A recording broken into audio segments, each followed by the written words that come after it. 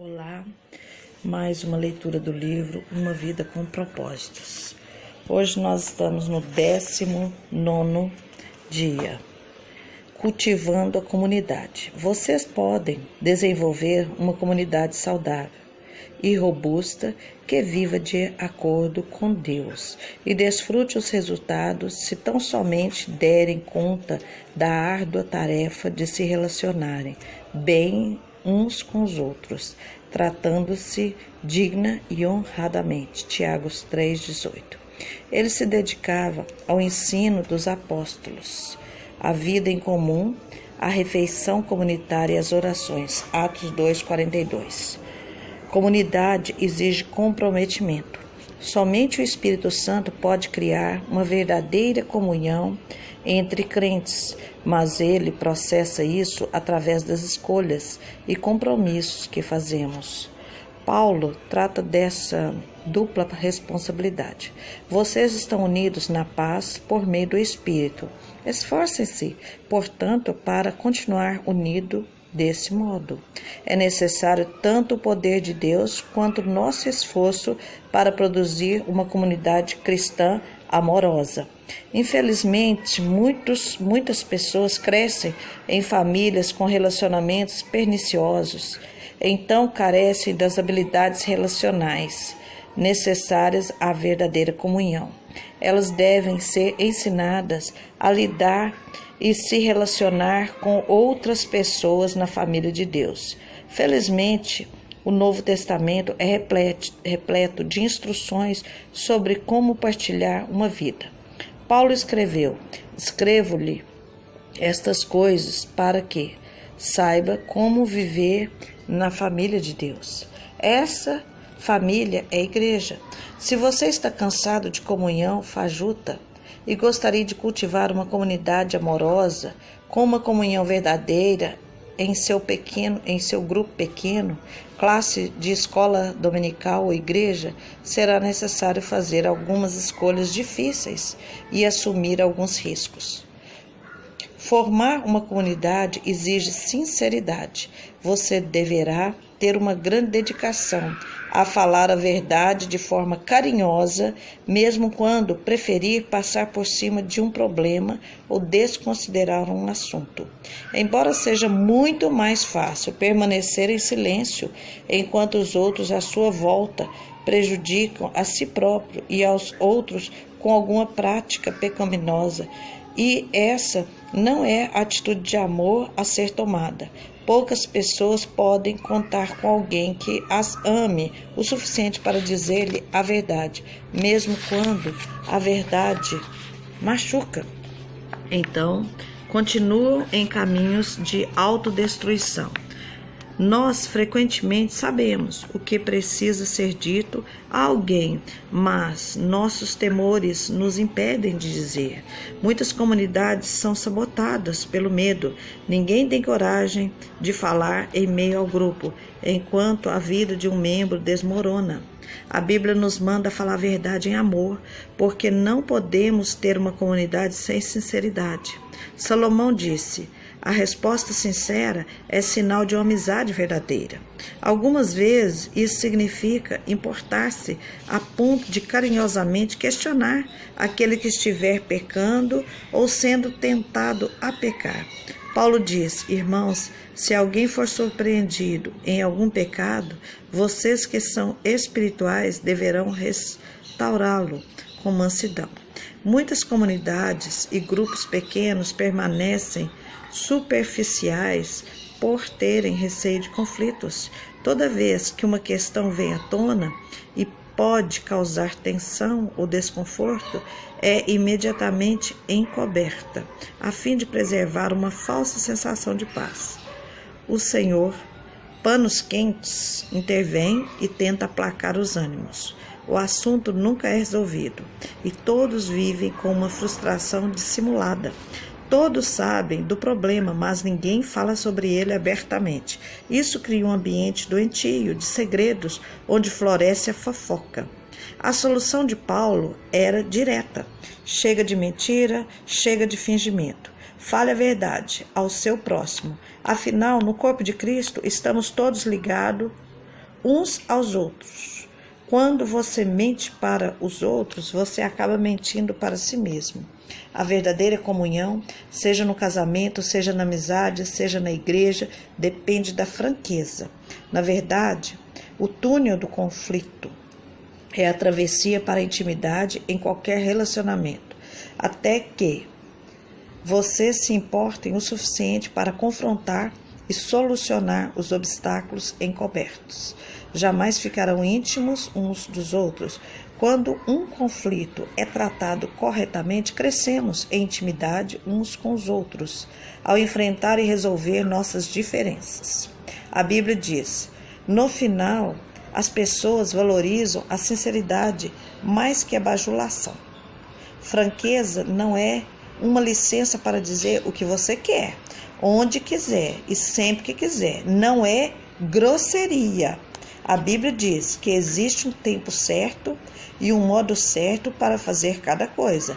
Palavras impensadas deixam feridas permanentes.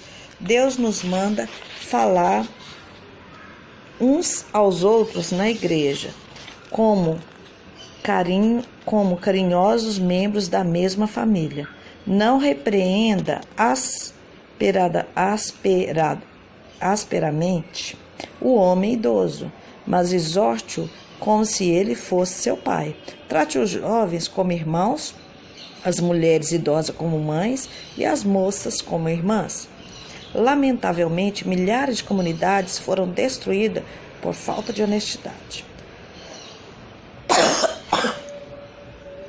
Paulo teve de repreender a igreja de Corinto pelo seu código de silêncio passivo, ao permitir a imoralidade em sua comunidade, visto que ninguém tinha coragem de enfrentar o problema. Ele disse: vocês não podem simplesmente virar para o outro lado e esperar que isso vá embora por si mesmo. Exponham a situação e lidem com ela. Melhor a desolação e o constrangimento do que a condenação. Vocês deixam isso passar como sendo algo pequeno, mas é tudo menos pequeno.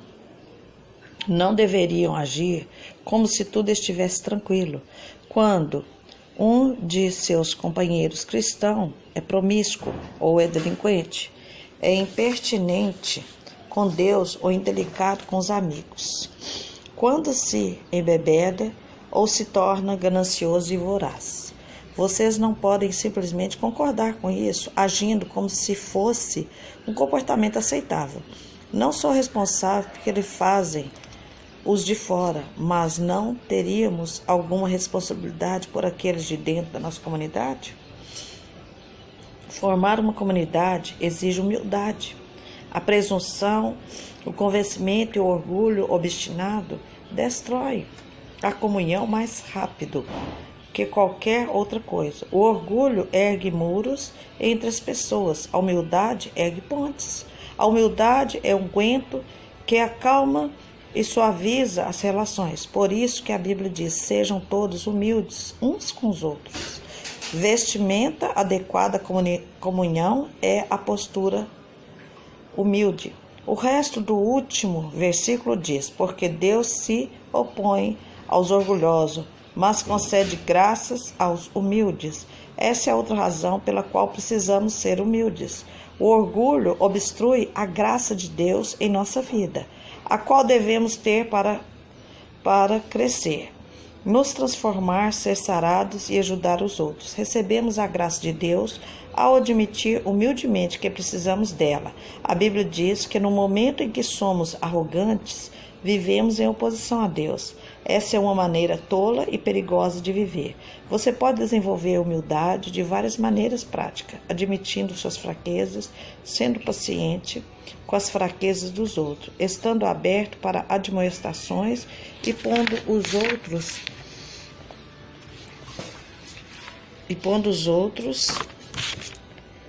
em evidência. Paulo orientou: tenham a mesma atitude uns para com os outros. Não sejam orgulhosos, mas estejam dispostos a associar-se à pessoa de posição inferior. Não seja sábio aos seus próprios olhos. Aos cristãos de Filipos, ele escreveu: humildemente considere os outros superiores a si mesmo. Cada um cuide não somente dos seus interesses, mas também dos interesses dos outros. Humildade não é pensar menos de si mesmo, mas pensar menos em si mesmo. Humildade é pensar mais nos outros. Os humildes concentram-se de tal forma em servir os outros que não pensam em si. Formar uma comunidade exige cortesia. Somos corteses quando respeitamos nossas diferenças e somos cuidadosos com os sentimentos uns dos outros, pacientes com as pessoas que nos irritam. A Bíblia diz: é preciso carregar o fardo de termos consideração para com as dúvidas, temores de outras pessoas, daqueles que sentem que essas coisas estão erradas. Agrademos ao outro e não a nós próprios. Façamos aquilo que é para o seu bem e assim edificaremos no Senhor. Paulo disse a Tito: o povo de Deus deve ser generoso e cortês. Em toda igreja e em todo pequeno grupo há sempre pelo menos uma pessoa difícil e normalmente mais que uma. Essas pessoas podem ter carências emocionais, insegurança profunda, maneirismos irritantes e escassas habilidades sociais. Você deve chamá-las de pessoas necessárias, tolerância extra, NTE. Deus pôs essas pessoas em nosso meio, tanto para benefício delas quanto nosso. Elas são oportunidade para crescermos e um teste para a comunhão. Será que conseguiremos amá-la como irmãos e irmãs, tratando-as com dignidade? Em uma família, aceitação não se baseia em quanto você é esperto, bonito ou talentoso. Baseia-se no fato de pertencermos uns aos outros. Defendemos e protegemos a família. Um membro da família pode ser um pouco pateta, mas ainda assim é um de nós. Da mesma forma, a Bíblia diz: sejam delicados uns com os outros, como uma família afetuosa. Aprimorem-se em demonstrar respeito uns para os outros. A verdade é que todos temos excentricidades e traços de temperamentos irritantes, mas comunidade não tem nada a ver com compatibilidade. O fundamento para termos comunhão é nosso relacionamento com Deus. Somos uma família. Um segredo para a cortesia é saber de onde as pessoas estão vindo. Descubra o histórico delas.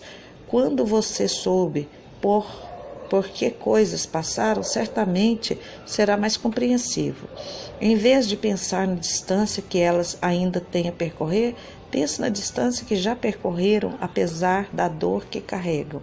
Outra parte da cortesia é não subestimar as dúvidas das outras pessoas. O fato de você não temer alguma coisa não torna esse sentimento inválido. A verdadeira comunidade se forma quando as pessoas sabem que é seguro partilhar seus medos e suas dúvidas sem serem julgadas. Formar uma comunidade exige sigilo. Somente em um ambiente seguro, onde houver um acolhimento carinhoso e sigilo confiável, as pessoas se abrirão e compartilharão suas maiores mágoas, necessidades e erros. Sigilo não significa ficar em silêncio enquanto seu irmão ou irmã peca, e sim saber que aquilo que for comentado no grupo ficará restrito ao grupo. O grupo precisa conviver com isso e evitar fofoca. Deus detesta a fofoca, principalmente quando é maldosamente disfarçada como um pedido de oração a favor de alguém. Deus diz: os maus provocam discussões e quem fala mal dos outros separa os maiores amigos. A fofoca sempre causa mágoa e discórdia, e isso destrói amizades. Deus é claro quando nos orienta a advertir os que causam dissensão entre os cristãos. Eles podem se enfurecer e deixar seu grupo ou igreja ao ser enfrentado por causa de suas ações que semeiam a discórdia. mas a comunhão da igreja é mais importante que qualquer indivíduo.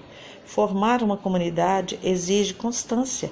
Você deve manter um contato constante e regular com seu grupo, a fim de desenvolver a verdadeira comunhão. Relacionamentos exigem tempo.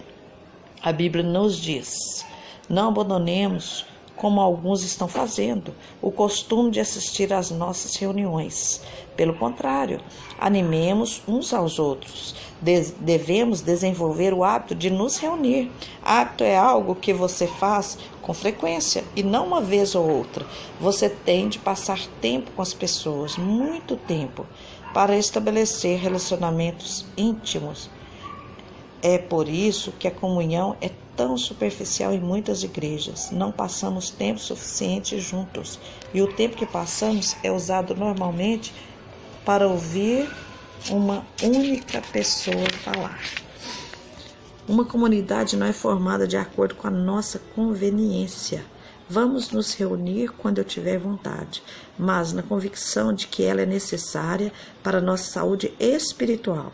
Se você quiser cultivar uma comunhão verdadeira, isso significará reunir-se mesmo quando você não tenha vontade, porque você acredita que é importante. Os primeiros cristãos se reuniam todos os dias, regularmente. Eles adoravam juntos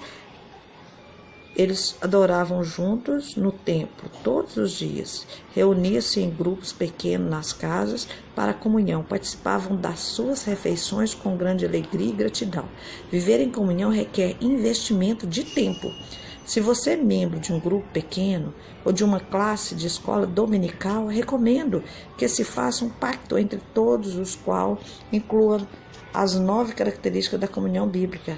Partilharemos nossos verdadeiros sentimentos, autenticidade, incentivaremos uns aos outros reciprocidade, apoiaremos uns aos outros compaixão, perdoaremos uns aos outros misericórdia, falaremos a verdade com amor, sinceridade, admitiremos nossas fraquezas, humildade, respeitaremos nossas diferenças, cortesia, não fofocaremos, sigilo, e faremos do grupo uma prioridade, constância. Quando você olha a lista de características, torna-se evidente o motivo por que comunhão é tão rara. Ela significa desistir de nosso individualismo e independência para nos tornar interdependentes. Mas os benefícios de dividir a vida com os outros suplanta largamente os custos e nos prepara para o céu. 19º dia, pensando sobre o meu propósito. Um tema para reflexão. Comunidade exige comprometimento. Um versículo para memorizar. Nós compreendemos o que é amor quando descobrimos que Cristo deu sua vida por nós. Significa que temos de dar nossa vida pelos outros crentes. 1 João 3,16. Uma pergunta para meditar. Como posso hoje ajudar a criar as características de uma comunidade verdadeira em meu grupo pequeno e em minha igreja? Amém. Tá aí, né? Mais uma lição para a gente meditar. E se você que está ouvindo esse audiobook, né, ainda não se inscreveu no meu canal, inscreva no meu canal, por favor. E se você gostou, dê seu joinha e principalmente compartilhe esse vídeo. É uma forma de você ajudar pessoas, é uma forma de você tá pregando a palavra, porque esse livro aqui todinho baseado na palavra, com referências bíblicas. E é isso aí. Fique na paz, Glória Ribeiro.